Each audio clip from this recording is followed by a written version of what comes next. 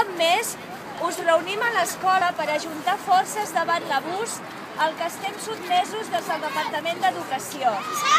És molt gran l'esforç que hem de fer des de l'escola per intentar mantenir la normalitat del seu funcionament. L'atenció individualitzada als alumnes s'ha reduït notablement. Les partides econòmiques als centres han estat reduïdes també.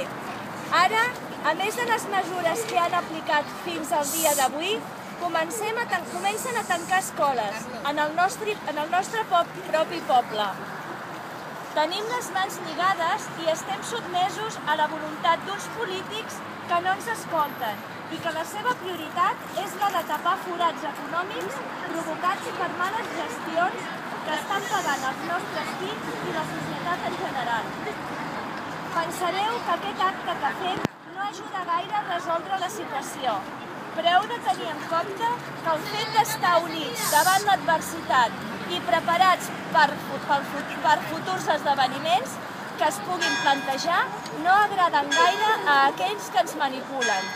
Aquest acte d'avui s'està realitzant a la majoria de centres d'arreu de Catalunya i reflecteix aquesta unió. Procurem no desfer-la. L'educació i el futur dels vostres fills continua estant en perill.